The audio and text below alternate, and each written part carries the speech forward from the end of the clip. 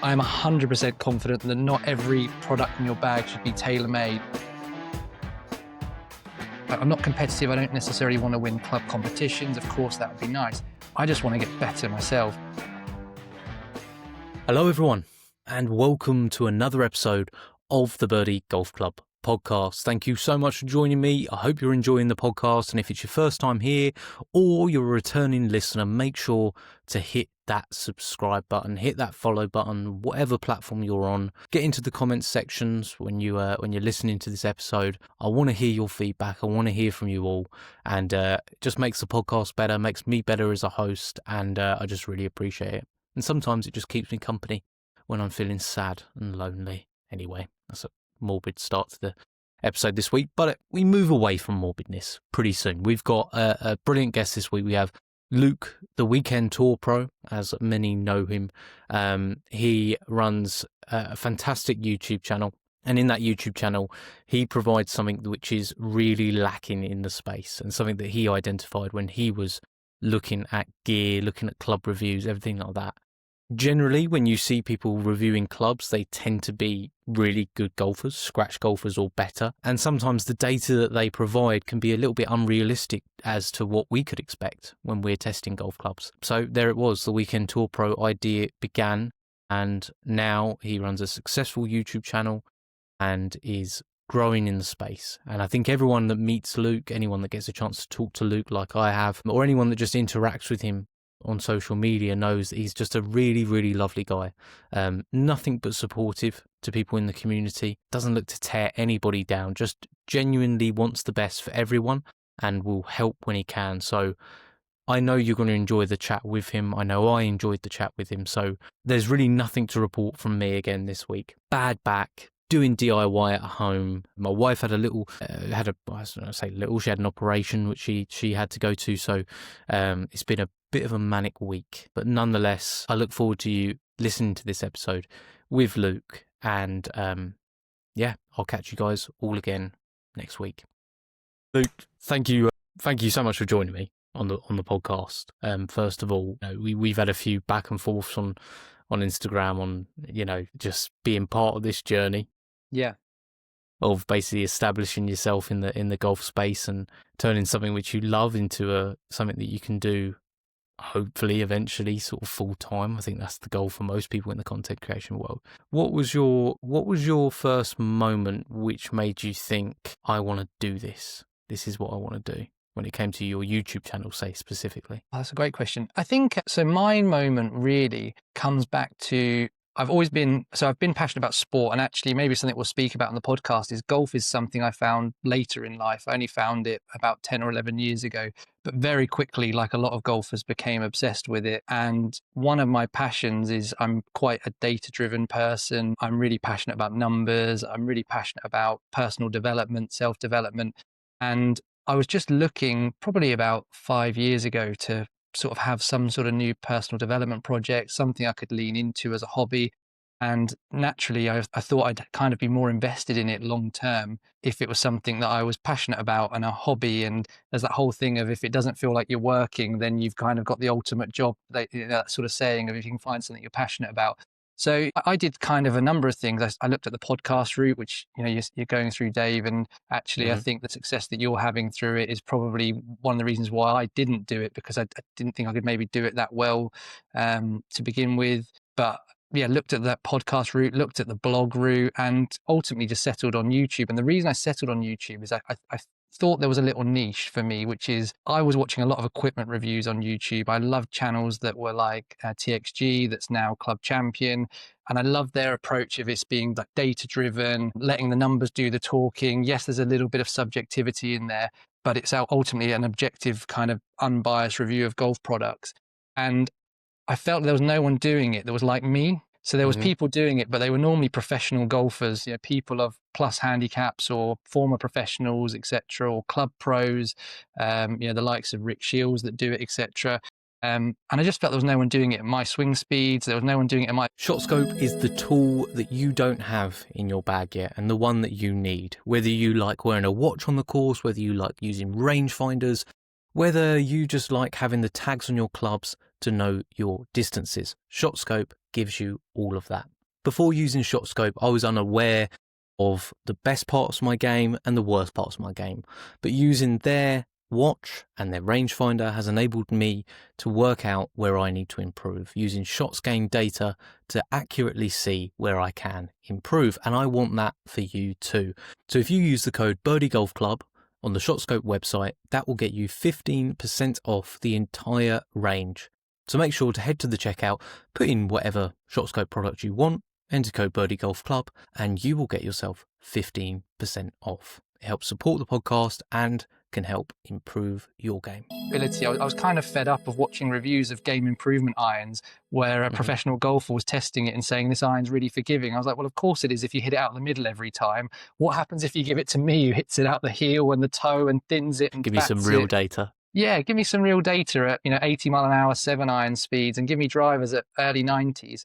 And I just was looking for people that were doing that in a data-driven way in the sort of TXG and similar model, and didn't find it, and kind of was like, that's the one. It's not the podcast, it's not the blog, it's that. And went through a journey that I heard you speaking about in your 50th episode the other day of like, should I do it? Should I not do it? Took me probably 6 months to get over the fear of putting the first video out and knowing it was out there, filmed in my back garden.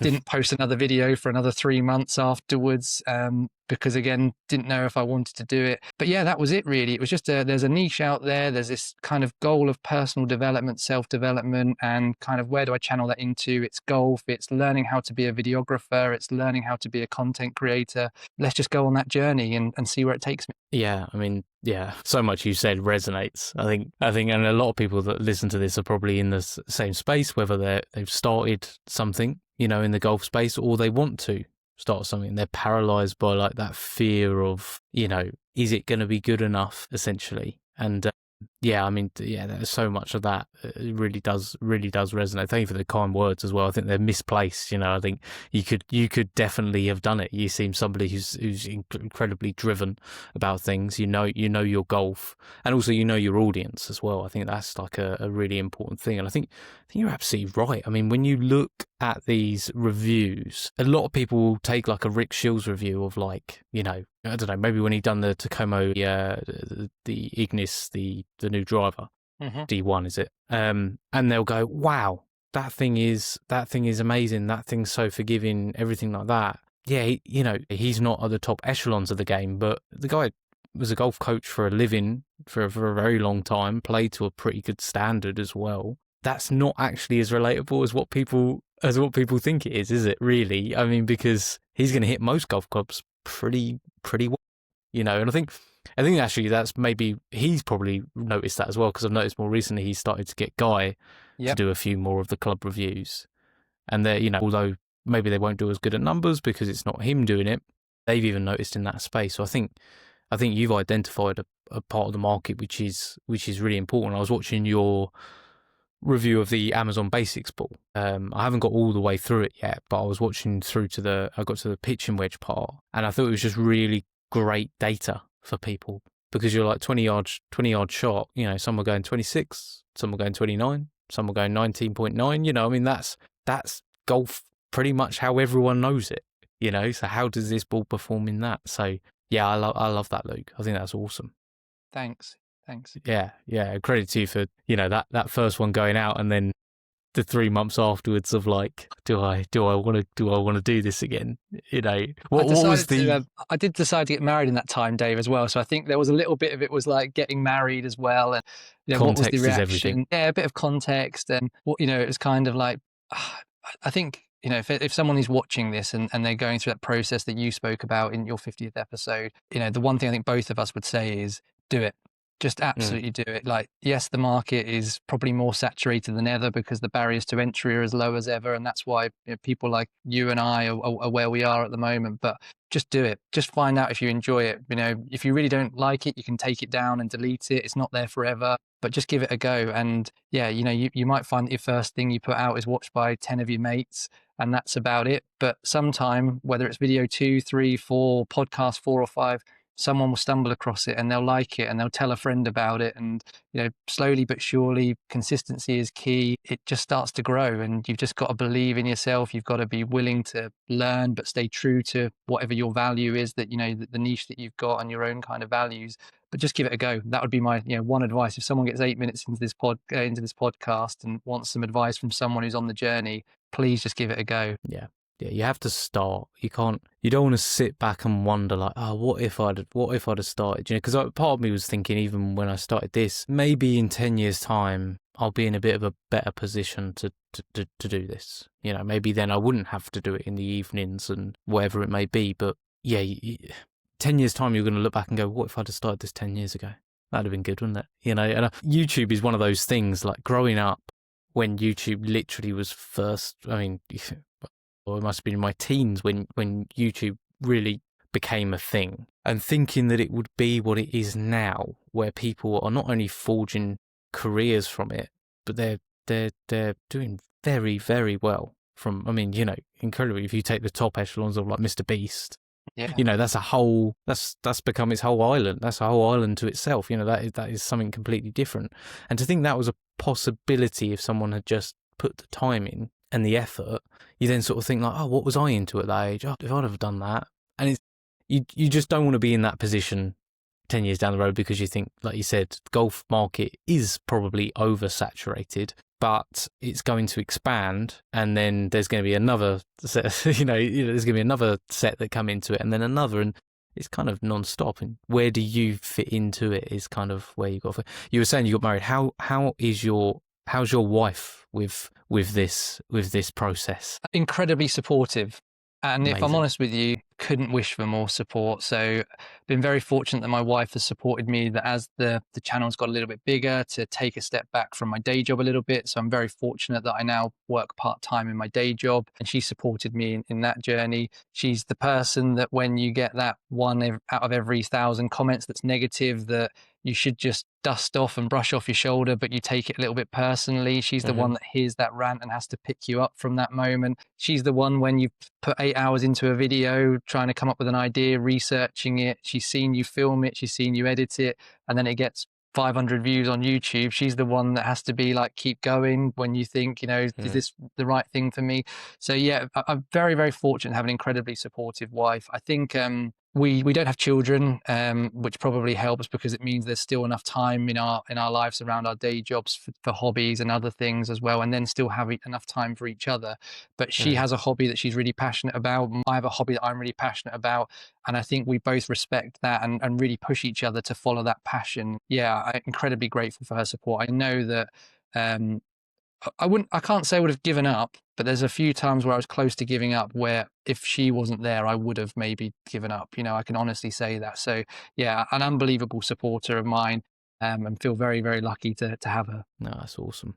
That's great to hear, Luke. And I think that's essential for anyone, whether married or not. If there's someone that can just provide some support and a listening ear, and somebody to lean on at times, somebody to have a moan at, about, oh, that didn't go as planned, and whatever it may be, it is pretty essential, whoever that may be in your life. So that's awesome, Luke. I want to take you back. To before all this, before the YouTube stardom and social media stardom that is the Weekend Tour Pro. I like to ask this question to guests when I remember. Sometimes I forget.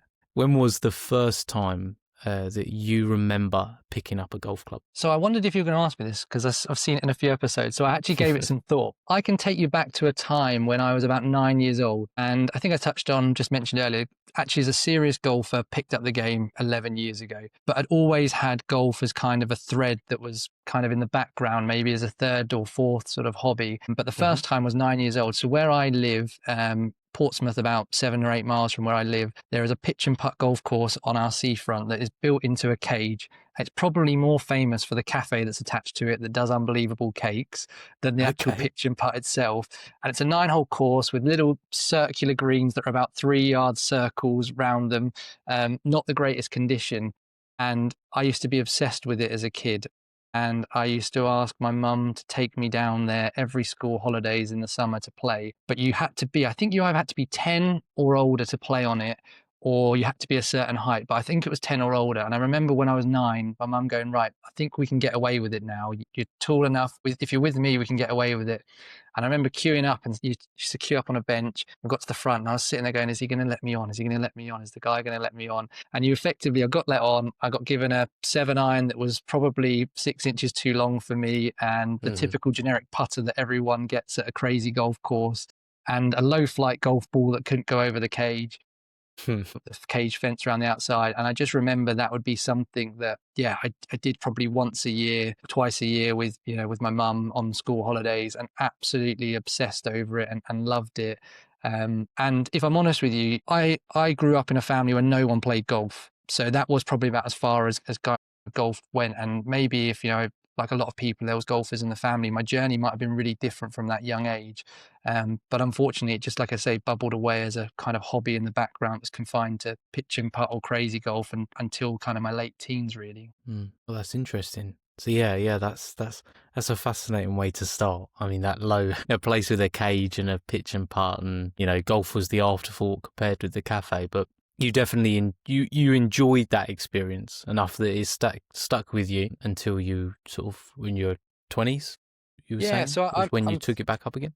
Yeah, I'm 37 now, so I properly picked up the game probably when I was about 25, 26. I was always a footballer. That was me. I was always a footballer, never necessarily a very good one, just a typical average sort of park player, played a lot of five-a-side, loved that. But yeah, cool, probably can relate. And do you know what? The thing with football was, if I'm honest with you, I'm not the most competitive person. The thing I loved about football was just being with my friends. That was kind of it. And did that all the way up to my 20s, just playing on a Saturday or Sunday.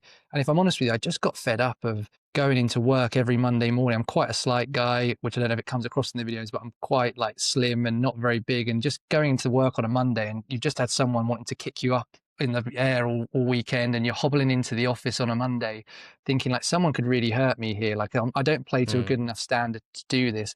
And I just had a friend, John, who's a little bit older than me, family friend for a number of years, and he just got into golf a little bit more seriously. And one summer, football season ended. Like I said, I'd always dabbled a little bit with the football team in the summer holidays, shooting 130 around the local municipal course. And that summer, just started playing with my friend John, and became obsessed, and didn't go back to football the following season. And since then, it's just been golf, golf, golf. The thing that I fell in love with about golf, and I don't know if anyone else will be able to relate to this, is I think I mentioned earlier, like passionate about sort of personal development and self-development. Golf feels like the ultimate sport for that for me, which is, it's just like, I'm not competitive. I don't necessarily want to win club competitions. Of course, that would be nice. I just want to get better myself. And it's like me versus me. Can I improve my short game to get a little bit better? Can I hit the ball a couple of yards further? Can I hit a couple more greens in regulation? It's all that me versus me sort of personal development. Can I improve my mentality on the golf course to make better decisions? All that sort of shot scope. You mentioned stuff you've done with Decade and things. It's all that, and it's always trying to find that kind of 1% to be better, and the same better version of myself that I'm trying to be as a human. Can I be that person on the golf course? So that's the thing I fell in love with at golf. And then obviously the social side of it, of being with my friends as well. But yeah, it's all about the personal development and self-development that I became really obsessed with quite quickly. Yeah, that makes sense, because football, I played similar standard to yourself. I just would play with mates and regular like 7-a-sides, things like that. But you got the social aspect, is good in football, because at least you're getting together with your mates, and you might go to the pub afterwards or whatever it is. But actually, whilst playing the game, it's, it's not great. You normally, I was one for it, would just be shouting on my mates, the whole time, or whatever it was. They'd be shouting back at you. It's not the best. And the personal development side of it, you can obviously get better at football, but generally you either need to be part of a regular team practice that would go on, or you need to dedicate X amount of time every single day to getting better athletically. And obviously with golf, you can get better by yourself in your own time, your own slots. You can get better with a team of you, if that kind of works well. But also you can fit it in around you.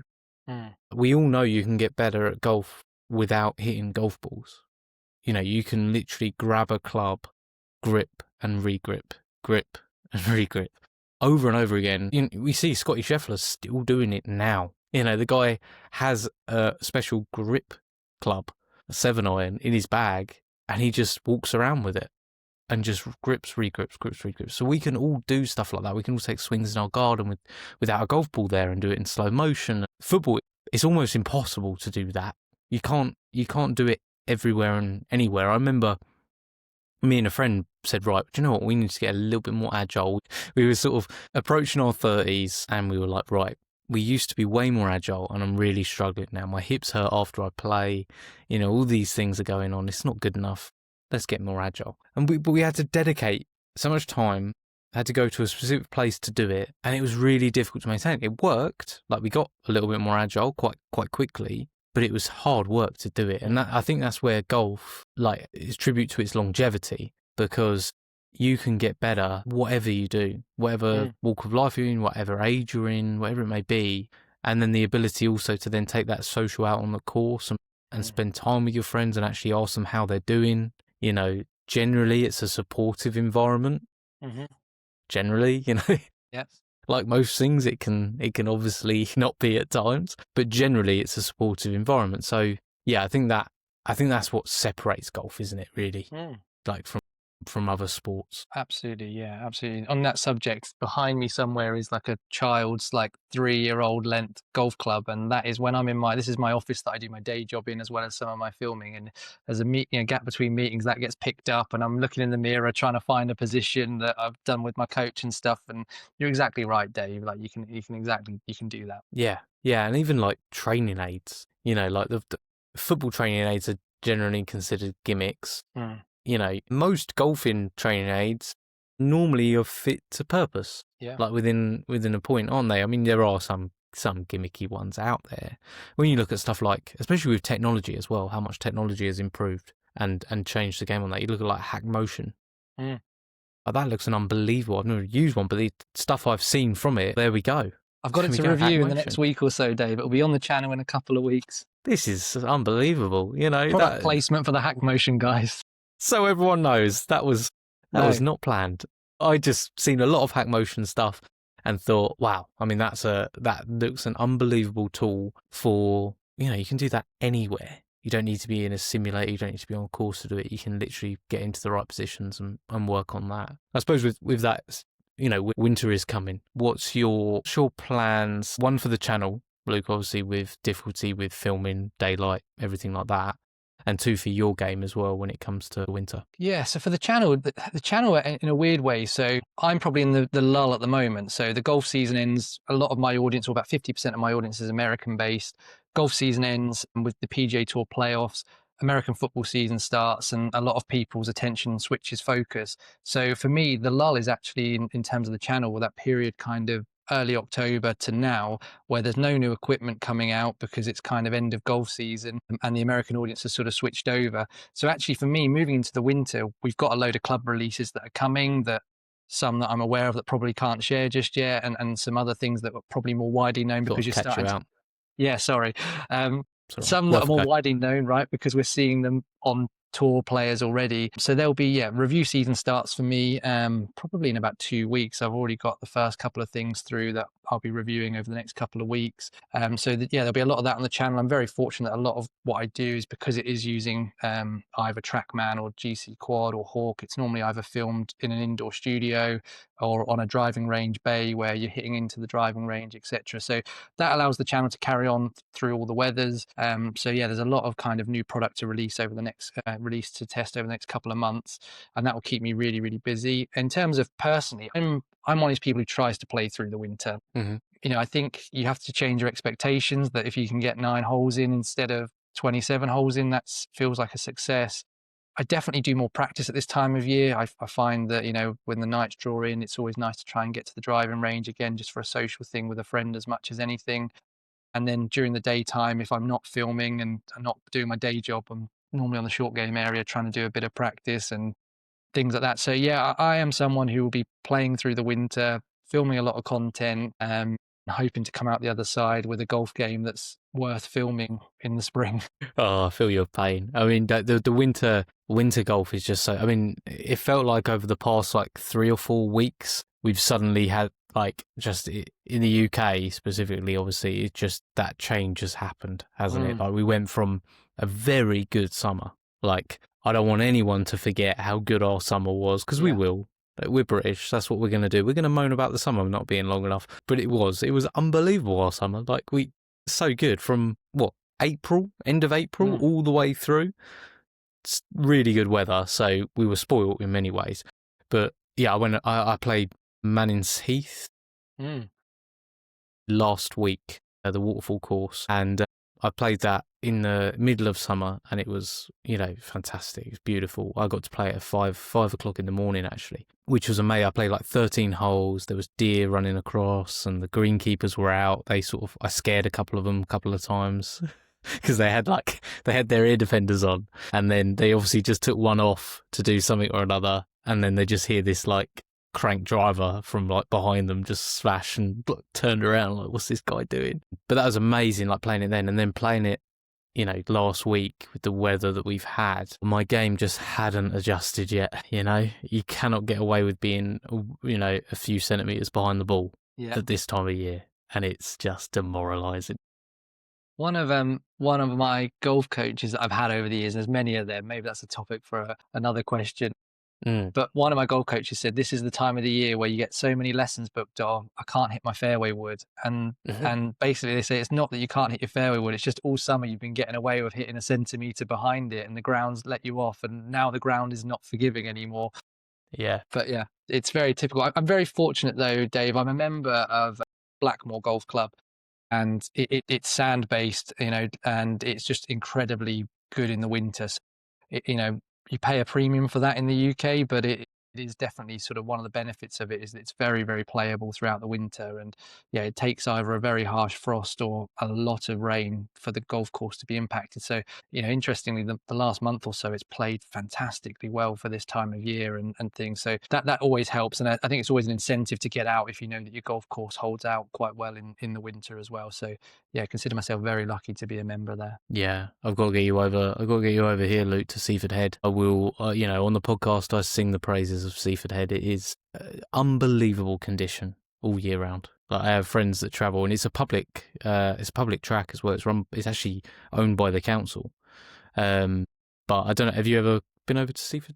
So one of my best friends lives in Eastbourne, so I know it's not too far from where you are, but I've never actually played it. I've seen it though a lot, and I've obviously seen some of the stuff you've posted, and I've seen it myself because it does look like it's mega for what it is, right? Oh, it's unbelievable. I mean, you can get in the summer, you can get a twilight round there for £22. And it's just in amazing condition. The greenkeepers there, it's obviously on chalk, so that helps with drainage and everything. But the greens are all soil based greens that I learnt recently talking to one of the greenskeepers. So he said that's quite unique in itself in many ways for a lot of modern golf courses, and it enables them not to have to do a lot of maintenance to them. It's a day by day thing. And I mean, this summer with how burnt out everything was, you can only judge a golf course by its greens. I mean, the fairways are going to do what they're going to do, and they were like a luminous green, just unbelievable condition. And testament to those guys because they put in a ton of work on a limited budget as well. So yeah, that's my mission, Luke. Get you over here, for a round at Seaford Head. We'll film it on the channel. We'll do a little match play on the channel. We'll put it out there. That's terrifying. Your viewers can then see what the golf game's like, Dave, on YouTube as well. Right, give me some time. Just one thing before you move on to the next question. One thing you've probably learned from going on this journey, something I've learned, is how much more we should all appreciate our greenkeepers. Like you just mentioned, you've obviously interviewed a few of them over this, but wow, do they do an amazing job. It's that kind of one of those thankless tasks that you're never going to please all the people all the time. But, going through this journey, and when I go and play golf courses and film golf courses, very often you go and meet the head greenkeeper as part of it to learn a bit about the golf course and what they've been doing on it, because you're only seeing it on that day or whatever. And my admiration for those people as a job of how hard they work and the hours they put in to try and present golf courses to us against everything that Mother Nature's throwing at them, do an incredible job, right? And it's probably, if you're someone listening to this podcast and you then see a greenkeeper this weekend, thank them, because it's only when you get closer to what they do that you appreciate how hard those people work. Yeah, I think it's a crying shame in the golfing world when people moan about greenskeepers. I heard someone moan about a greenkeeper sort of watching or sort of running their engine too close while they were trying to make a putt or something the other day. And I thought, that guy is at work. let's remember that first of all. Like, you're out playing golf, that guy is at work, and he's doing an unbelievable job to keep your course in tip-top shape, right? To be able to play it as part of your leisure activity. So show a bit of appreciation to him rather than worrying about his engine being on. I mean, it's just, you're not at the Tour Championships here. Exactly. You're playing on a Wednesday afternoon. It's just, yeah. I think actually one of those, we're talking about YouTube. I think it was Foreplay did an amazing job of doing like behind the greens, Mm-hmm. and I remember they did one for the US Open. I want to say it was at Oakmont, where they spent time with the greenskeepers. And they were doing a series of it, but I think they've stopped it now because it just wasn't getting the numbers. Like, people just weren't showing the interest there. And I think that's testament to your point that it's because it's like one of those underlying things where people just don't really have an appreciation for it. I mean, these guys go to like university to get turf degrees. Yeah. To be able to do what they do on golf courses. It's unbelievable. But yeah, I think you're right. I think it's one of those things that we just take for granted sometimes without realising. But yeah, it's definitely opened my eyes to just learning more about the golf space, not just playing, but learning more about it and the people that make it up and the community. You see how important greenskeepers are, because the first person that, if you talk to someone in the pro shop, if you talk to the head pro, the first person that they thank generally is the greenkeeper. It's not the people funding it or whatever it may be. It's always the greenskeepers. So yeah, I think you're bang on with that. Yeah, absolutely. Yeah. No, I think 2026 is going to be very interesting, especially when it comes to the equipment side of things, which I'm sure you're excited about. I know you can't talk about some of the equipment that's coming up, but we have seen some of that already been put in the bag. It's no secret. Obviously, you got Rory and Tommy and a few others putting the new TaylorMade QI4D. Yep. Is that right? Is that what they're calling it? Yeah. To be honest with you, I might have got that wrong myself because they're hard to keep up with, how subtle they change them. But yeah, I think you're right, mate. Yeah. Which is a blacked out version of the QI35 by the looks of things. But Rory seems to like it. So did they build a Rory driver? Do you know what? Like, so on equipment, it's, one of my sort of things that I talk about a lot is I think year on year, it's evolution, not revolution. I think Hannah spoke about this on her episode. When TaylorMade released the carbon face on the driver, that was a revolution. That was something we hadn't seen before. It was very, very different on the face of a driver, etc. But from year to year, most manufacturers, it's evolution rather than revolution. That's why you have to look at like Titleist irons. We're on the third or fourth iteration of the T series now, from 200. When they're now calling them 250 to show there's a bit of progress or whatever. Mizuno, the irons I played, JPX, we're on a third or fourth iteration of that, the TaylorMade QI range in terms of drivers, etc. So these things, in my opinion, that doesn't mean that years and years of R&D hasn't gone into them and they've done a great job, but I often think it's evolution rather than revolution. And then what you do then get is every year, one manufacturer or a couple of manufacturers will drop something that for them is the revolution effectively. And it's kind of like, is that the thing that's worth you making the jump for? Is ultimately for you to decide as a consumer. One of the things that's probably a challenge for my channel is, I get views by reviewing golf clubs, but equally one of my principles I tell a lot of people is, if you've got last year's model or the year before's, unless you weren't custom fit for it or something's fundamentally changed in your golf swing over that time, you've either had a rapid increase in improvement or speed, or you've had some other physical change that means that you're playing golf very differently. There's not a lot of difference from year to year is kind of something that I see. But I do sort of swear by, I really believe if you've not been custom fit, whatever you're custom fit for is going to hopefully unlock something for you. But in terms of next year, there is something dropping that gets announced in next month. So I'll have that on my channel next month, which for the brand that are releasing it is a revolution for them. It's the first time they've done something in a certain space, which I'm really excited about, based on other products from that brand that I've tested. But that's the only one that I know at the moment that's exciting me. Okay. Yeah, because I think it is one of those things, especially, and golf does seem to be like very unique for this, is that year on year pressure to upgrade your bag, and the people feel like they're missing out on gains in their game because they've got last year's model or wherever it may be. And, that's excellent marketing. That is what it is. I mean, it's consumerism. That's unbelievable marketing from those brands. Someone's job in that brand is to say this is the new shiny toy and you need it, and you can't fault someone for doing that. I mean, that's why they're as big as what they are.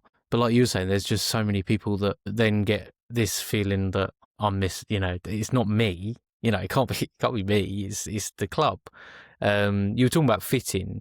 What was your first experience of fitting, and what difference did you find it made to your game? So yeah, first experience I had was Portsmouth Golf Centre, local golf place near to where I live. I still have a really strong relationship actually with those with the guys there. Had my first ever set of irons that I purchased were custom fit from there, which was a set of Cobra. I think they were King F7s. That was my first Hmm. thing. And if anyone watches my channel, they'll know I've got a soft spot for Cobra, and that's why they were the first irons I was fitted for, and probably helped me fall in love with this game sort of 11 years ago. But it was at the time I didn't know a lot. So I think my fitting experience 11 years ago was guided by the skill of the fitter that I had and their ability to tell me the data points that I would understand at that point, but also enough to allow me to trust that they knew what they were talking about and the end product that I was going to come out with was something that was suitable for me. Compare that to maybe the fittings that I've had more recently over the last couple of years, where I'm far from an expert. I've been to places like Precision Golf, based just on the outskirts of London, who are unbelievable. Those guys are the TXG of the UK. They are the absolute creme de la creme, elite of it. Of course, my knowledge is nowhere near the level of those guys, but I feel like I can go in and I can understand the numbers now, and I can talk about what I feel is missing from my golf game, etc., in a fitting. And unfortunately, it's a blessing and a curse when you know your own numbers as well as I do. Is it can actually get in your own head a little bit. But the fitting process, I think, over that time, the last 10 years, because of things like YouTube, because of the amount of information that's available to consumers, I think consumers generally are so much more informed now than they were 10, 15 years ago.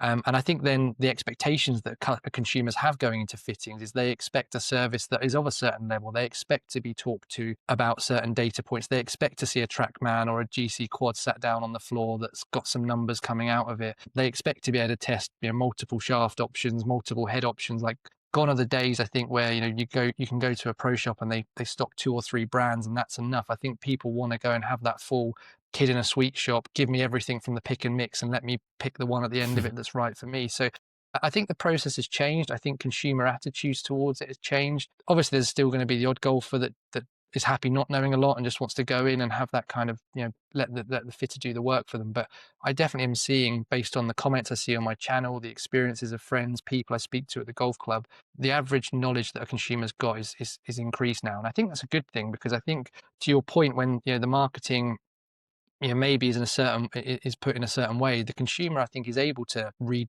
beyond that a little bit and kind of make their own mind up. And hopefully people like myself reviewing clubs, and if you watch 2 or 3 reviews on the same product, you can hopefully make a judgment. And one thing I'm really passionate about in terms of trying to help with that is I'm adamant, and this might change if someone throws me a 7-figure sum one day and that can pay my mortgage off. But I'm adamant that I won't do like paid promotions. That's a real Hmm. sort of number one value of mine. I get all the time offers to do paid promotions where people want to kind of pay you a small amount of money to say good things about their product. I refuse to do it because I really believe that my channel is the whole credibility my audience is built on. They can trust me to be objective, speak honestly. It's very rare that I speak badly about a product, but that's not because I don't think there's bad products. It's because often there is a product that is suitable for every type of consumer. And just because I Hmm. might not be getting the numbers out of it, it might be because I'm not the target demographic for it. You put a bladed iron in my hand to review, I'm undoubtedly not going to hit it as well because I hit it off center or I've not got enough speed to generate what it needs. But that doesn't mean that I don't think it would be great in the hands of my friend who plays off of 2 and Hmm. absolutely is the prime candidate for a set of bladed irons. So I think, consumers are more aware. You can tell, you can sniff a paid promotion out when you're watching it on YouTube. And I think therefore, consumers more aware, fitting process is improving. And I think that's just the way it's going to keep going. I think, Dave, I think consumers want more. I think in the Yeah. UK, we're desperate for more grass facilities to do custom fitting. That's probably the one thing we're missing in the UK versus the US in particular. And again, that goes back to your point about the weather. It's so temperamental here. That's just the reality of it. But I think our fitters know the impact of a mat. The knowledge is there. We know a mat takes between 500 and 1,000 RPM off of an iron shot when you're hitting it Mm. off of a mat. We know that the data exists, sort of thing. They know what happens to launch angles off of a mat versus the grass. So a good fitter will work around that. Yeah. Yeah, you see with the fact that TaylorMade are obviously bringing the Kingdom, sort of a smaller version, over to the Grove here as well, and the impact that's going to have on the UK market, having that facility. I think Titleist have already got their one down at Woburn, haven't they? Which you can go and get fitted on grass. You know, I mean, the difference in... I've got friends that took up the game and they would constantly just go and practice at ranges with artificial grass, the mats and everything like that, and then I would take them to a local one that's a grass range, and they're just like, I can't hit this ball, like, this is not... it was going up in the air before. I was like, yeah, you were drop kicking it off of a mat. Like, this is where the game's played. Like, try and get away from those. You know, they're fine for block practice, whatever you want to do, and if there's nothing else available, you know, of course, like, that's why they're there. We live in the UK, that's why they're there. But getting on grass is like one of the keys. I've got my little lad who's 5. I take him to the grass range and I can guarantee he'll get the ball up in the air better than some of my mates, you know, just because that he's been used to doing that. You know, he knows that's going to take a bit of work. And I say to them sometimes, get up a little. You know, if you want to enjoy your time here, tee it up a little. You know, so golf is, you know, it's a hobby. It's meant to be enjoyable. So don't worry about it, you know. And even when we're out on the course with somebody who's just taken up the game, having a miserable time, whack a tee in the ground, tee it up, enjoy it. We can work on all that stuff later on, but guess what? You're going to be doing this for 18 holes. It's not going to be much fun to be taking like badger tails before a golf ball. You know, that's not... Guess what? That's going to hurt your wrists, and it's not going to be much fun either for anybody. So, yeah, I completely agree with you. I think I walked into an American golf, and no slight on American golf, that it is what it is. It's a chain store, obviously, that sell golf products. You know, it's that middleman essentially in the golf situation. But I remember years ago walking into an American Golf and being blown away at seeing the simulator. We're in the year 2025, soon to be 2026, and do you know what your most precious commodity is? Something we wouldn't have dreamed of in the 90s. It's actually your data, and companies are harvesting that data. They're using it to promote ads to you. They are selling your data, and it happens day in, day out. So make sure you protect yourself out there. With a NordVPN account, you can make sure that your data stays private to you. You can even change what country you want to appear to be in to maybe get better deals or access Netflix from the US or Netflix from Spain. NordVPN is a great tool to add to your online arsenal.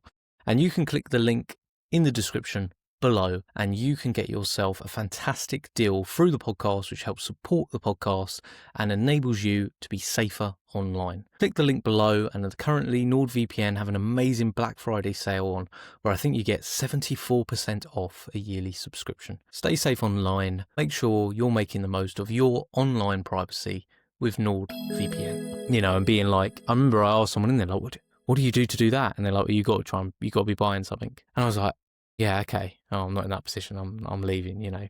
And then I walked in a few months ago to an American Golf, and I was just, you know, compared to basically every single pro shop that you walk into now, compared with the facilities that are at certain places that you see or that you go by or you see on Instagram, whatever it is, I just thought this has been left behind, you know. And like I said, that's no slight on them because it is what it is and they do very well. And it's a good gateway for a lot of people into the game and into fitting, but you get the sense that there's just not as qualified a people there for a fitting process as what you can go to your local pro shop. You can go to Precision Golf, like you were saying. I went to 9x9. Yeah. Guys are great there at 9x9. Brilliant guys. Unbelievable. And the knowledge that they have is crazy. I thought he was talking in tongues at one point. You know, it was mad. And the fitting process as well, you know, I'm not a great golfer. I hit the ball okay. And by the end of it, I had this driver in my hand that was like, felt like an extension of my arm. And I was like, this is insane. Like, you know, this is absolutely crazy that you were able to do this in such a limited amount of time. And like you were saying, I think people were all a little bit more knowledgeable about the game, but equally the professionals now are like another level of knowledge of how to improve your game. And the unfortunate part about that for everyone is that does obviously come with a price tag attached to it. And the cost of clubs isn't getting less in that side of things. The direct-to-consumer market has been in, and I feel like the last 2 years, it seems to have blown up. What are your thoughts on that, Luke? Because obviously that fitting process. I think they are trying to bring it in. I know Tacoma are bringing in I think it's down in Devon. There's going to be a fitting centre for Tacoma, and I'm guessing there's going to be some other brands that will be looking to do stuff like that. But what's your thoughts of someone just, buying it online or getting their rough figures? Is that a detriment to them or good for the game? I think overall, I think direct to consumer is good for the game. So let's start with the principle as a whole, whether that's golf clubs, golf balls, which the golf ball DTC market's been there probably for a little bit longer. Anything that makes golf more accessible to more people at a cost that they can afford, we should only celebrate that. And I'm a massive believer in that. I think, even speaking about the Amazon golf ball, when I reviewed that, I wanted to hate it because my worry was it might blow some of the DTC competition out of the water. There's small brands that have probably been on a journey that you and I are going on just with a product that might get kind of taken away if Amazon can undercut them and deliver it to your door in 24 hours or whatever.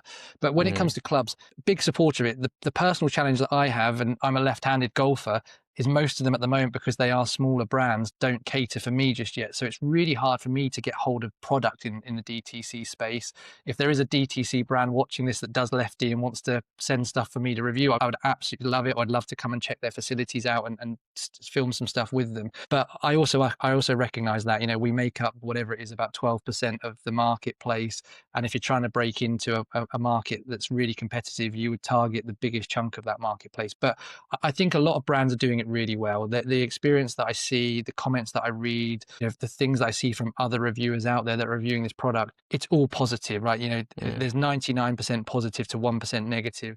And then you've got the upside of the price. And the thing I really, really like is, I think as consumers, I think this is probably one of American golf's potential challenges at the moment, is I think as consumers, we've been so used to big brand, big corporate over the last sort of few years, that I think people, especially in this post-COVID world where we've all been on a journey, I think people want to be with the little guy. They want to support the local coffee shop or the local restaurant over the chain restaurant. And I think that extends into golf. I think people people that jump on a DTC brand early and have a really positive experience, they kind of, bit like when you used to find that band when you're a teenager before all your mates, and you want to tell people, I was there at the beginning. I think people really, really buy into that they were supporting the little guy that was trying to take on the big conglomerate and the big OEM manufacturers. So yeah, I'm all for DTC brands. Not had a lot of opportunity outside of the golf balls to test a load of product there. Would absolutely love to, as more of them grow and offer left-handed offerings. But yeah, I'm a massive fan of it, Dave. Anything that reduces cost to entry, barrier to entry. And a slight aside, again, if you're out of the big manufacturers, it's another reason why I speak so highly of brands like Wilson, Cobra, Cleveland, because they're not spending millions and millions on marketing, which unfortunately probably means they're not as cool or not as many people are seeing them. But every time I test those products, they're either as good as, or if not better in my hands than the other ones that I'm testing. And they're normally 20 to 30% cheaper than the TaylorMade, the Titleist, or whatever equivalent. And I'm really passionate about giving those brands their chance to have their flowers as well, because it's rare they make a product that's significantly worse. Yeah, I remember having the Strixon irons, like the ZX7 and the ZX5, and they performed unbelievably well. And there's a reason why they're in the hands of like Shane Lowry and stuff like that. I mean, they're just incredible irons, but again, probably don't get as much love as some of the other irons that are at a higher price point and everything like that. Like we said, that is the marketing, that is the whole marketing system, isn't it? At the end of the day, that makes those things difficult. One thing, if you don't mind, Dave, I wouldn't mind just going back on something you said earlier, and just I like this. This might be the thing that gets clipped up. Let's do it. Do you know, like you mentioned, that TaylorMade, Titleist, and the likes Ping that have got their kind of fitting centers.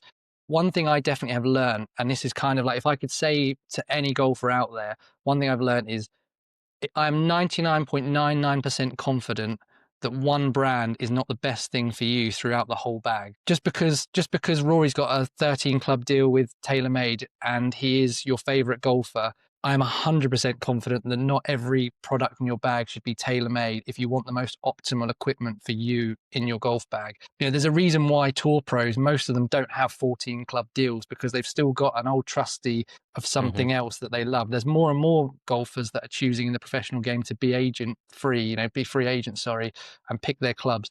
But for the average golfer, I get the luxury of testing a lot of product, and I'm confident, absolutely confident, that playing the same brand through the bag is not 100% the answer for a golfer. I definitely believe there's a brand that might make great irons and a really good driver for you, or whatever it is, but to play the same 14 clubs through the bag, I personally think you're giving something up if you're making a numbers-based decision. The bit where you might not be giving it up and where someone might come back the other way is there is a hearts and minds piece with it, which is if you pick something up and it makes you feel good, that can sometimes override the performance of the numbers itself, and you can actually maybe hit it better because you want to. I really do believe in the psychology of that. But yeah, that's probably one of the things I would say from being an average golfer that gets to test a lot of equipment. I can 100% promise you that year to year, there is not one brand that is the best at every part of your bag. And I think you're giving something up if you try and fit that way. And like we said earlier, if that 7-figure deal comes, this clip is being repeated back to you, Luke. All right? Absolutely. You can absolutely do that. You can absolutely. And do you know what? If it comes back and does that, I will eat as much humble pie as I need to, Dave. You can at that point. You can buy all the pie, no problem at all. No, I think I completely agree with you. I asked this question when Rory was struggling with the new driver last year, the QI35, and he just wasn't playing well. He went back to the QI10. I put out a clip. It caused, actually on Instagram, it didn't really cause much thing. On TikTok, it was, a whole other thing with people sort of saying I was spreading misinformation, which I didn't think I'd ever be accused of, which is very funny. But I basically just said the question that, should these pros be signing these deals to club manufacturers? Rory's in a position where, sure, I'm sure TaylorMade pay him a bag every single year, and it's great. And it's probably great to be associated with TaylorMade and everything that comes along with that. I understand that. But he's in a position where he could just say to TaylorMade, well, I'm going to play the irons because I love the irons. I'll play maybe the wedges because they seem to be pretty good with those wedges. But that's it. That's all I'm doing. Maybe the spider putter because I've been statistically better since I've been playing the spider. What are they going to do? They're still going to pay him a lot of money to represent the brand, and then he can go and shop around for drivers and see which one's best for him. They're probably going to pay him for that as well. So is he really going to lose out financially from this, and is that really a concern of his? Probably not. He may even potentially be doing better financially from that whole thing. And I refuse to believe there wasn't a driver last year, or he could have gone back and played, he spoke about the M2 being his favourite driver. He could go on Golf Club for cash and pick up a load of M2s that are still going to be legal or whatever it may be. And he'd have probably been statistically a better driver than what he was last year. Mm-hmm. Now we're seeing he likes this QI4D, and maybe he'll go back to performing far better with the driver than what he was. I mean, he still had a ridiculous year, and it seems wild to be talking about the fact that he could have had an even better year. But I think that speaks to your point that, you see someone like Aaron Rise still using the M6, they'd quite happily send him the QI4D or the QI35 or whatever it may be to put it in his bag. But he's found what works for him. And I think that's something for us golfers to definitely, you would speak to your point. Us golfers need to recognise that you don't have to be uniform, unless you love it. There's going to be that guy, isn't there, who loves having everything TaylorMade, everything Ping, everything Wilson, whatever it may be. Good for them. If that's what they enjoy and that puts a smile on their face and they clean them with a wheel every week and a needle, then great. But most of us are just looking for marginal gains, right? That's what we're looking for. And I think the final point I'd make on it, which is maybe a different perspective on your Rory point, is I've had the luxury of meeting a guy that works on the TaylorMade tour truck, and I've had a tour of the TaylorMade tour truck. What you've got to remember is the best club fitters that you and I can access, these are the level of people that are on those tour trucks. So yes, Rory is playing a whole bag of TaylorMades, but the customization of his clubs to make them as optimal for him and changing them week to week by subtleties of moving half a gram of weight to a place to give him a little bit more of what he needs that's hidden underneath that head of that driver. That's the things that you and I don't have. We might have it at the point in time of a custom fitting if we go to somewhere with a really good standard and are happy to pay that premium. Rory's got someone on site every single week making those changes for him. Now, that is probably the reason why these guys are happy to pay 12 to 14 club deals is because they know that actually they are playing something that is, they're being paid to play, but they've got access to an elite level custom fitter, every week to dial that Yeah. in to be the perfect thing for them. And as you've seen with people like Rory and obviously Tiger, they will even make you a proto iron for you if you're one of the elite players. So actually, you start to get involved in the creative process. I'm convinced that people like Rory and Tiger, Scotty, Tommy, there's a part in their R&D process where those guys will be seeing it 6 months before they start playing it on tour and are influencing the design of it, a little bit. I'm sure the driver that Rory's now playing is influenced on his feedback of last year's model, for argument's sake. Yeah. That definitely has happened. So I think that's the counter to it for why those guys maybe do it versus the free agents.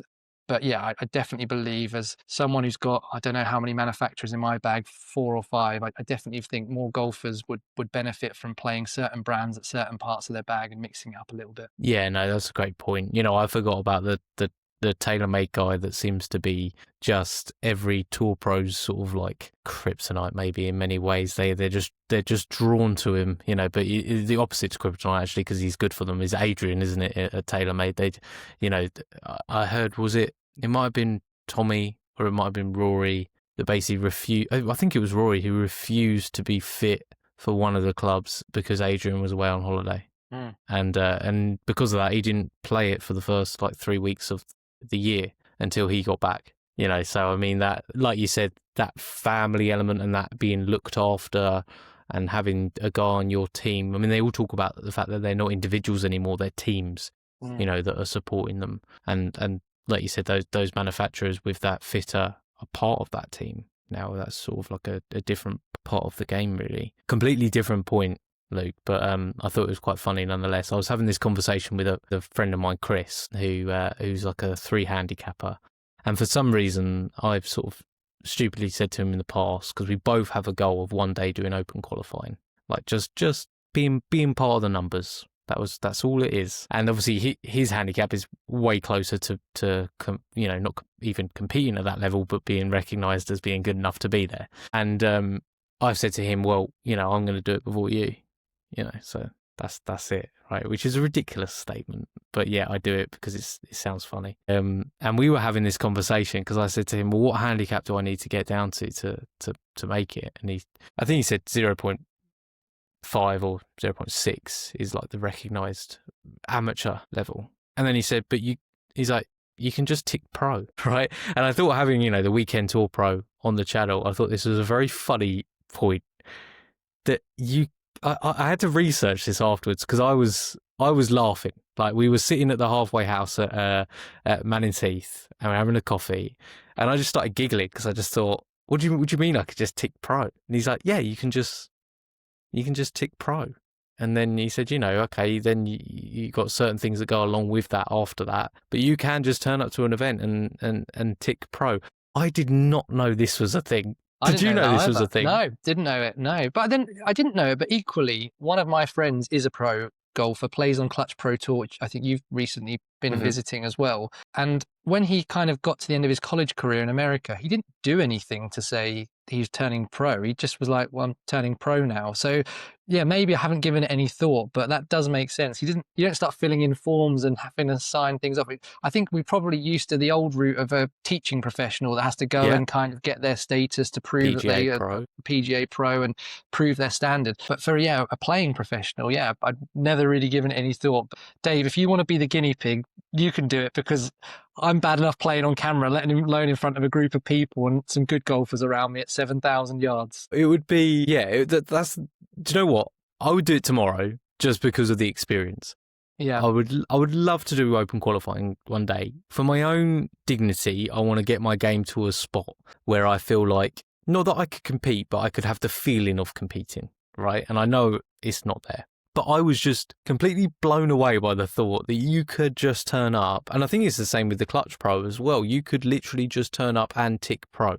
They would obviously be looking for a certain standard of golf, probably to not upset everyone in the field that you're there. But I think it all ties back to that idea of when people didn't turn pro because of not being gentlemanly in the sort of 30s and 40s. Your amateur status was viewed as being gentlemanly at that point in time, and professional wasn't. And I think that's why it's stayed that way all the way through to sort of leave that door open that we're all pros at heart, which I think is a beautiful thing in many ways. I love it. I love it. I'm not going to lie. I'm going to keep myself as the weekend tour pro and not go any further than that because I embarrass myself enough playing golf. I don't want to do it anymore. But I'm really happy for you, Dave, to lead by example. And if it goes well, maybe I'll reconsider. Get to the second stage of Open qualifying by an absolute fluke. You Yeah. know, that is, that's the problem, Luke, is the fact that because of my nature, I would always have in the back of my head, but maybe. Yeah.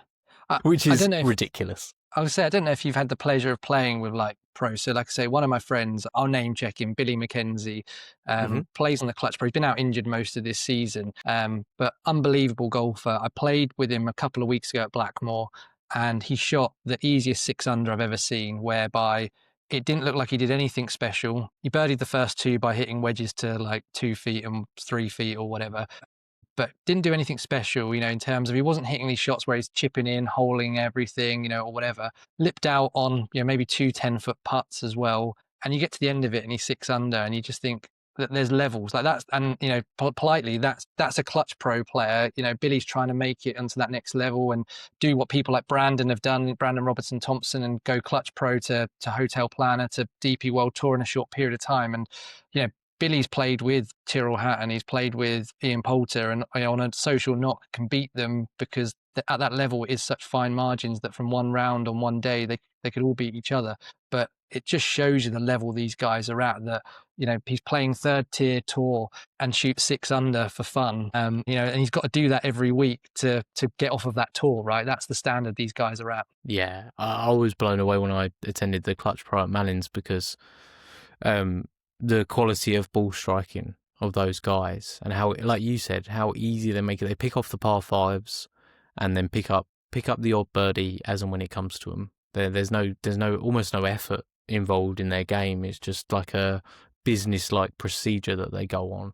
And I think the winning score was 14 or 15 under for 3 days, I believe. So those guys were going out in tournament conditions and just shooting 5 under. No problem, no problem. Tearing up what is a relatively difficult golf course that you feel like you can't overpower when you play it. And then those guys just take driver over the trees. They're just like, that's fine. I'll just hit driver over the tree to the green. Yeah. It's just wild. Definitely not. Definitely. If you ever get the chance, like I always say this to people, I'm a big fan of watching live golf, but I'm a big fan of not necessarily watching top tier. I'm a massive fan of the women's game. I go to a lot of, if there's a female ladies event in the UK, I try and go to it. I'm a big fan of it because it's so relatable in terms of, to your point, they're not overpowering golf courses. They are hitting drive.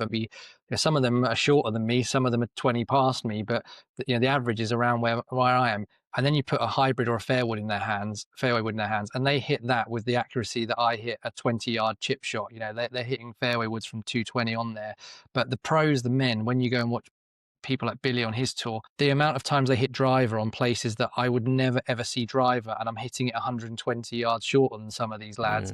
And they're just hitting driver into these narrow corridors and not even thinking about it, right? It's just effortless for them. And I think the standard of golf in this country, around the world, is just unbelievable, that there's so many good players that you think, how are they not making it? Because it's just a level beyond what I can comprehend, Yeah. Well, like you said, it's that fine margins, isn't it? I mean, it was Dongwon Kim on the Clutch, and he was 4 strokes ahead, I believe, going down the 14th. So watching it is difficult because you don't get the leaderboard and everything like that really updated that often because of the limits of the tour. But it was on the 14th hole, 4 strokes ahead. So I'd run ahead to the 18th just to sit and watch it come in, thinking it's a foregone conclusion. He had a bit of a blow up going down 15, 16, 17. And coming down 18, there was a bit of confusion of where he sat. Anyway, he got to this putt, which I thought was meaningless because I thought he was, at that point, tied for the lead. As it was, he was 1 stroke ahead going down the last. He had a putt for bogey to get into a playoff, which was under a foot tapping. He taps it in with a bit of authority, like most people do. It perfectly hits the lip of the hole and comes back out to where he putted from. and he's just left. I mean, he handled it unbelievably gracefully at the moment, because a lot of people wouldn't have. And taps it in. I thought the whole thing was meaningless, but it turns out it meant so much more, because that would have been, I think, his third win of the season. Crazy. And that would have got him his hotel tour planner status for the following year. Pretty much had it wrapped up. And it was just like, those are the margins at that level where they are playing week to week. Those guys are literally, they're barely earning a living. I had, I've forgotten his name now, which is terrible. Anyway, it will come to me. It will come to me. I had a chat from the Clutch Pro on the podcast, and he literally said it is a week to week. Giles Evans. There you go, Giles Evans. Yeah.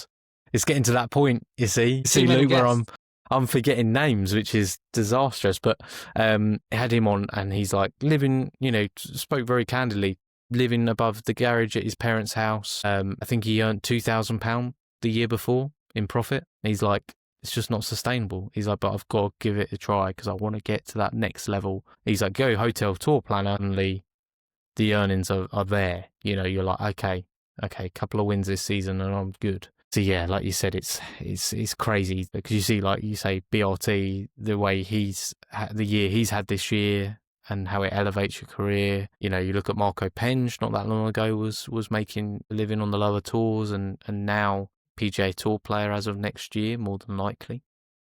Yeah, if he accepts, obviously, which he probably will. I think Giles would probably have done a better job of this, but I think at that level they're all chasing a 6-month purple patch that gets them. They have a branding, effectively. They have a branding where you have 6 months and you win a couple of times, you get elevated, you do well, you get a card or whatever, and it's tough. I'm a big believer, like probably not wanting to get onto a controversial topic of like the whole live thing and stuff like that.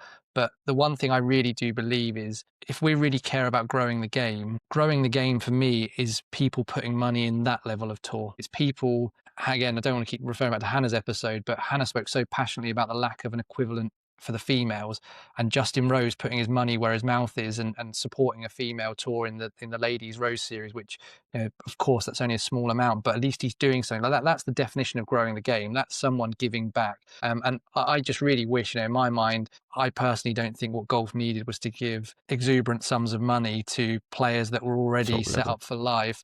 Actually, if you were, whether you believe in the sports washing thing or whatever, the thing that I would have really got on board with is if the Saudis or whatever said, actually, we're going to give £1 million for the next 20 years to these 3, 4, 5 tours around the world, and we're going to sponsor the next group of players that are coming through to make sure that they can all earn £12,000, £15,000 as a base to be able to have a go at this thing. But you're right, every player I speak to on those tours, they're all in the same position as Giles. They're all kind of chasing a 6-month purple patch.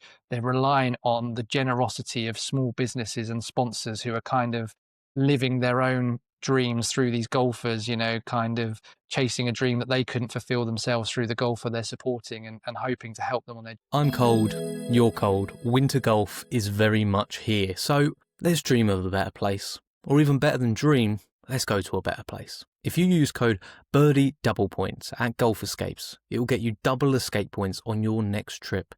And you can book a trip, be away in the sunshine, enjoying the beautiful weather, the fantastic golf and beautiful amenities of some of their incredible hotels that they have listed. Golf Escapes will handle the whole thing. They'll set the entire package up and you can enjoy every single moment without a worry. I used Golf Escapes to book my trip to East Sussex National recently for just a brief break, and everything was handled perfectly, to my golfing for the weekend, to my wife enjoying a beautiful spa treatment whilst I was out on course. Peace of mind, just a fantastic experience and a great team over at Golf Escapes. Head over there now, use code Birdie Double Points to get yourself double escape points on your next trip.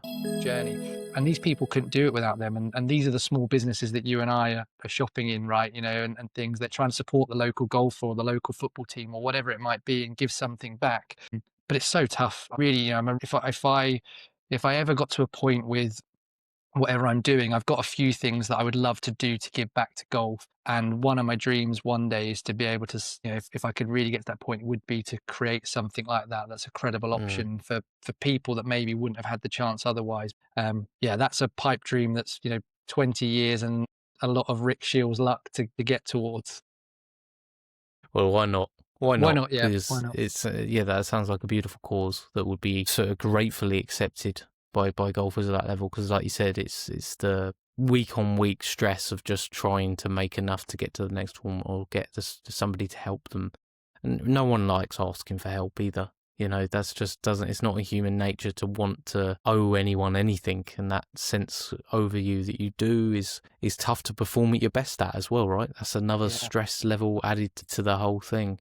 Luke, I wanted to ask you as well, going into, we're getting towards the end of 2025 and going into 26. Have you got any, goals when it comes to the channel and maybe things that I enjoy what you're doing in the way you're doing it with the club reviews and that authenticity to it and bringing that to a little bit more of a relatable level for golfers. Obviously you're a good golfer anyway, but just that little bit more of a relatable level to golfer. Is there a particular thing that you're looking to expand on or to do? Yeah, definitely. So I think the thing that's tough is I've grown an audience because of that niche of club reviews. So although Mm-hmm. you try and dip your toe into kind of other areas, it's really easy not to keep going with them. But something I've kind of learned is I love, and I haven't maybe found the perfect format for it yet that separates me from other people, is I do love the sort of course vlog type of content. Would love to sort of diversify that, but I think I've got this sort of vision for it, which I've not landed just yet, which is I really want to tell the stories of golf courses that don't normally get their moment in the spotlight. And the courses that I'm picking to play most of the time are those courses.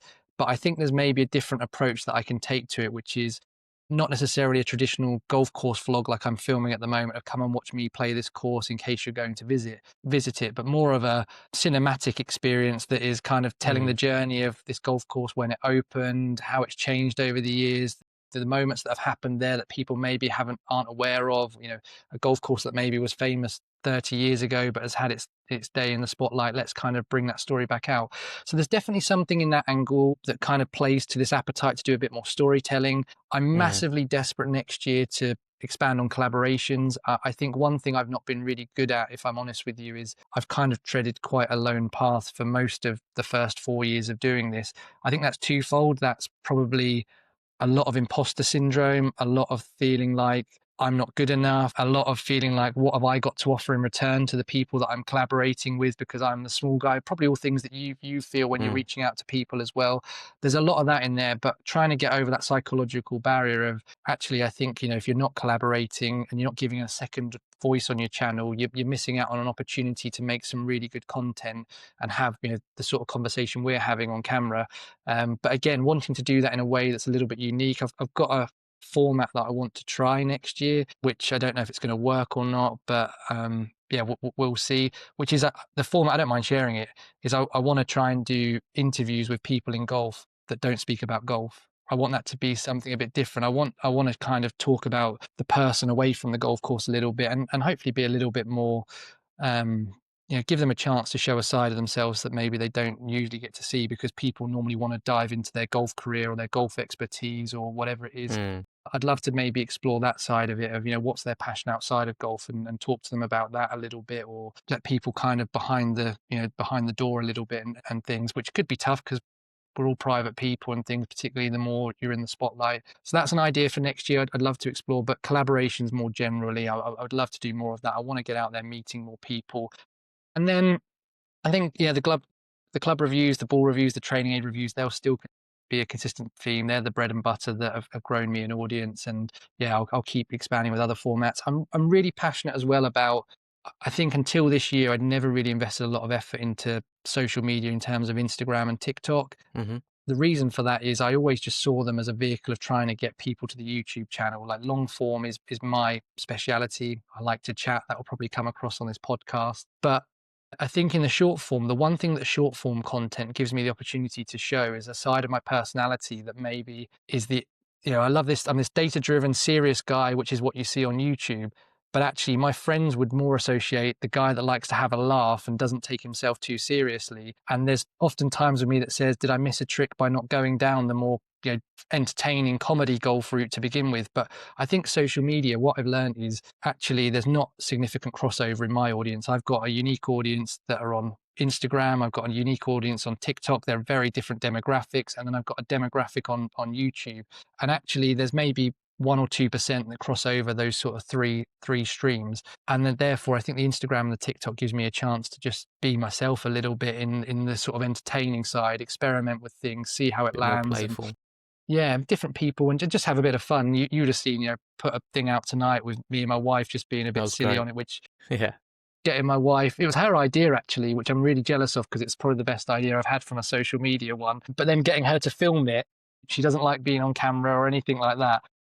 But she had to film it when I was not the bit of her bit when I was not in the house. That was kind of how she had to do That's it. the But rules. yeah, that's the rules. Yeah, so I think that's the plan next year, Dave. Like, would love to. I'm a big believer in control the controllables. I can't control how quickly my subscribers go up. I can't control the views. I can't control the algorithms. You can't control any of those things. But what I can control is, can I make this week's video 1% better than last week's video? Can I continue to self-develop, personal develop? Can I improve my skills as a videographer to get a slightly better shot? Can I invest in a bit of equipment that might just take my footage to the next level? What is it that I can do to make those videos better? And if the growth still continues, then hopefully, year on year, it exponentially gets a little bit bigger and things. And you've just got to hope that that continues, right? So yeah, that's it really for me for next year. Yeah, the dam breaks at some point, doesn't it? At the end of the day, It does. if you continue, and then before you know it, it's suddenly it's its own thing. It's become its own sort of thing, which is awesome. Yeah, I love it. I love all those goals. I saw your video with Matty, who I hold dear anyway. Matty, I think he's a gem of a person, and I had him on the podcast. Had an amazing chat with Matty, and I thought your video together. He's a fantastic golfer, but he criminally underrates himself as well, doesn't he? Which is also endearing, which is a lovely quality to have. But I thought that content was great. That sort of collaboration, that on-course stuff, is brilliant. And I think it's a well-trodden path that you're going on as well, because you've seen so many YouTubers that have started in that equipment review sort of frame where they've that's been their main thing, that's their bread and butter, and then gradually they've expanded into doing more on-course content and carried on from that as well. So you can see there that there's a model to do which could be great for you, and then like you said with the Instagram stuff, showing a bit more personality like we were talking about earlier. And I'm a strong believer in as well, personalities are what people care about. Behind businesses, if you know the person who's the top of that business and they're likable and they're whatever it may be, if it's your local coffee shop, if you know the guy who runs it or the girl who makes the coffee every day, it makes it more personable and makes you want to give them your business. And I think sometimes people think that doesn't correlate to the YouTube world or the Instagram world, but it does, because at the end of the day, you're still almost inviting that person into your front room or onto your phone or whatever it may be, and watching them. If they're more engaging and more personable, the more likely you are to return week in, week out.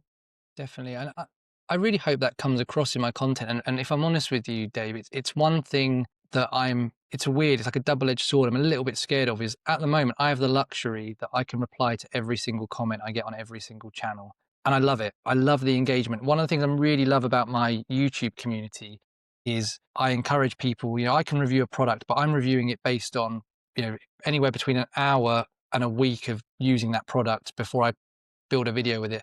There's people that then watch my videos that own those clubs that then join the comment section and start sharing their experience as an average golfer with that piece of equipment as someone that owns it.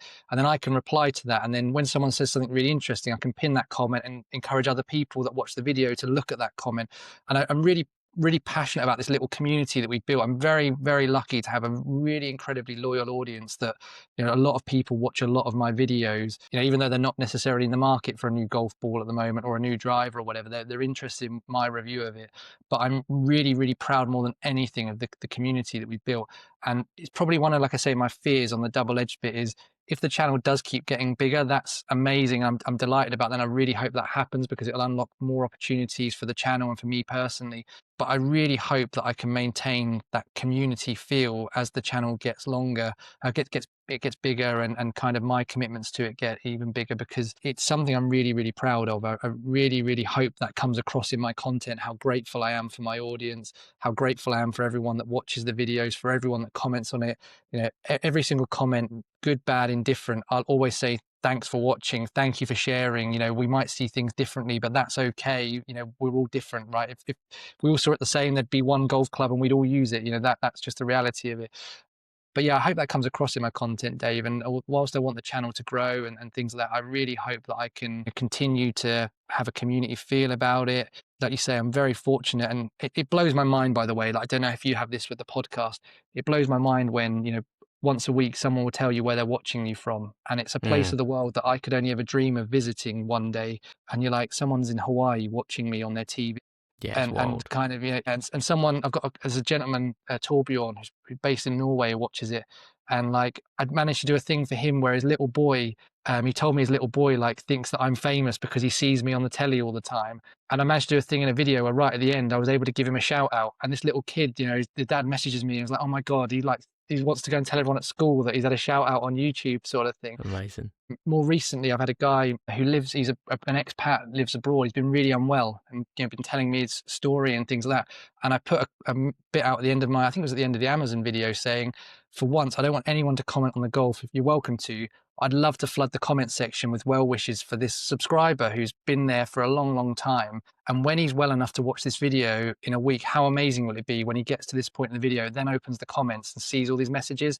And there's like 60 comments on. Was that John? Yeah, John. Yeah, John. Yeah, see, I didn't even get to that point in the video yet, and yet I could see. So that shows that community that you're building. Yeah, and I'm so passionate about that, Dave. Like, I'm incredibly lucky to have it. But I'm hoping I'm doing something right, that if people feel that way about the content, like I know I'm not going to be everyone's cup of tea. None of us can be, right? You're never going to be you can't please everyone. No, you can't please everyone.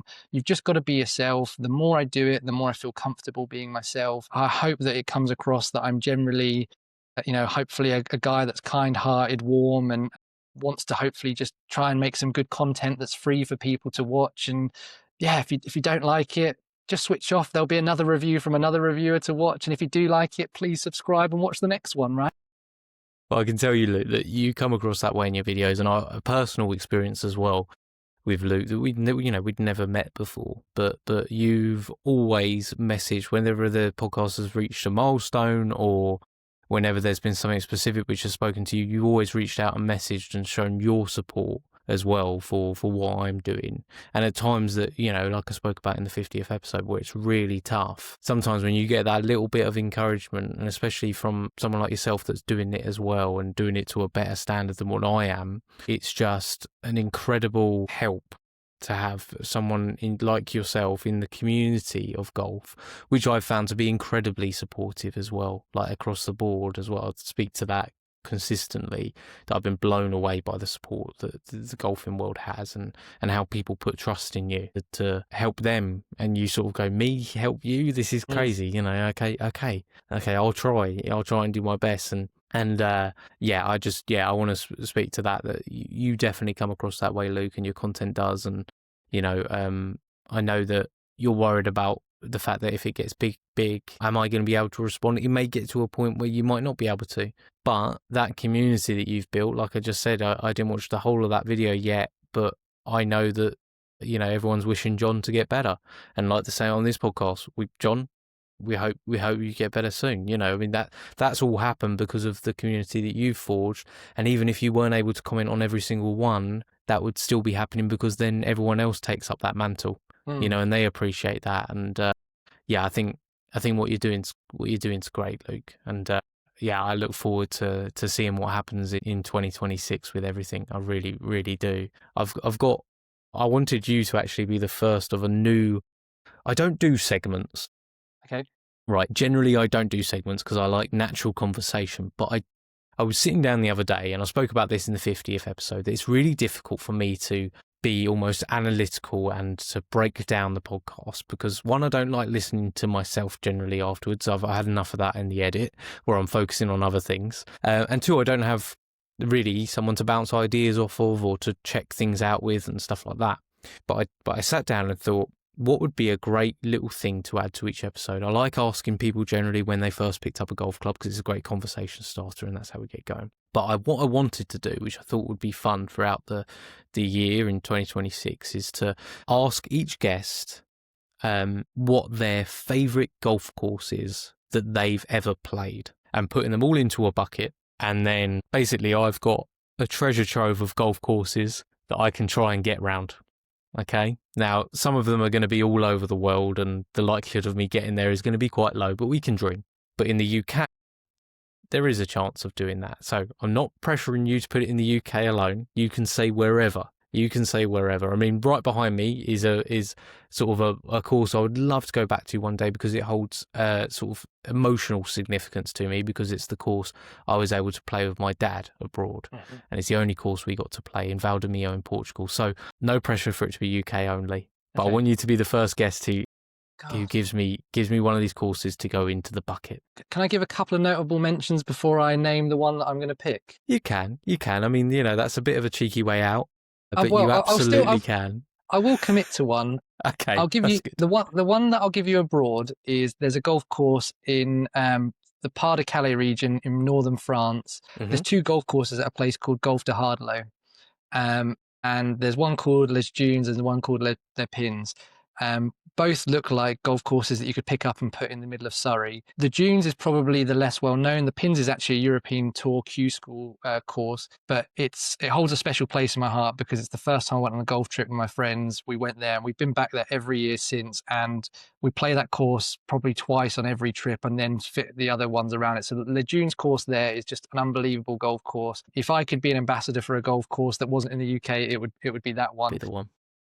In the UK, the one that there's 2 that spring to mind. I loved Hankley Common when I played it, but the one that I'm going to call out is Royal Porthcawl. Royal Porthcawl, I think I went and played it, and then I went and watched the Women's Open there this year, which was absolutely fantastic to go and see them play it how it should be played.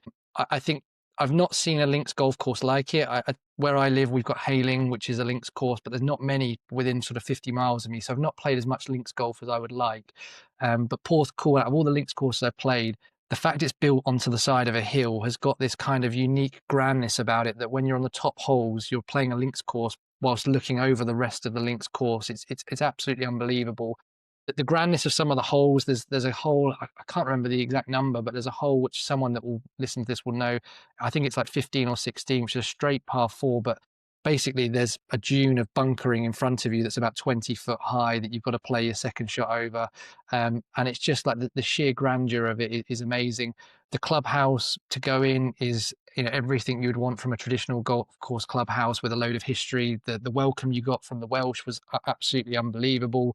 The food that we had there afterwards was great, and had the luxury of playing it with a couple of friends on the day and just had a really, really good experience. It is pricey, unfortunately. It's one of those golf courses that is expensive to play, and as its stature goes up, it's only increasing in price. But yeah, if you get a chance to go and play Royal Porthcawl, or if someone listens to this and is a member and wants to give you a member's guest rate, Dave, bite their arm off and take it. You will have an unbelievable experience. So yeah, that's probably the one that stands out for me. I would go and play it again tomorrow in a heartbeat. Perfect. There we go. Royal Porthcawl is going to be added to the bucket. I'm going to get an actual bucket, I think, for it.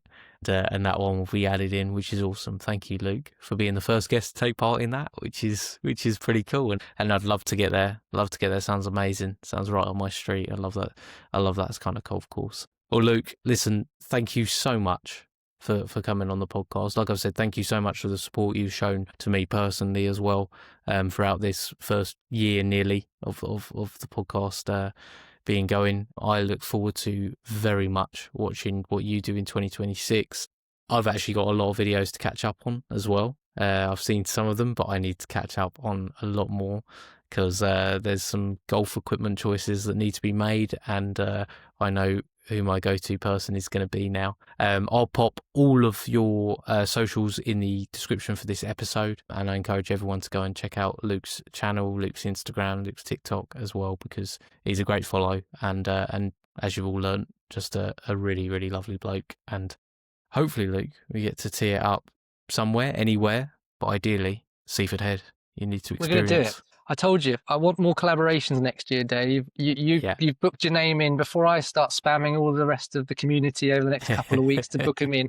Me and you are going to get the date in first. We'll get it done. We'll get some drone footage filmed of it as well, which the golf course can keep, which is, I love doing the drone stuff, so we'll get that done as well. Fraser will love that. He'll love that. Awesome. Well, I look forward to it, Luke. Thank you so much for joining the podcast. Thanks, Dave. Cheers, mate.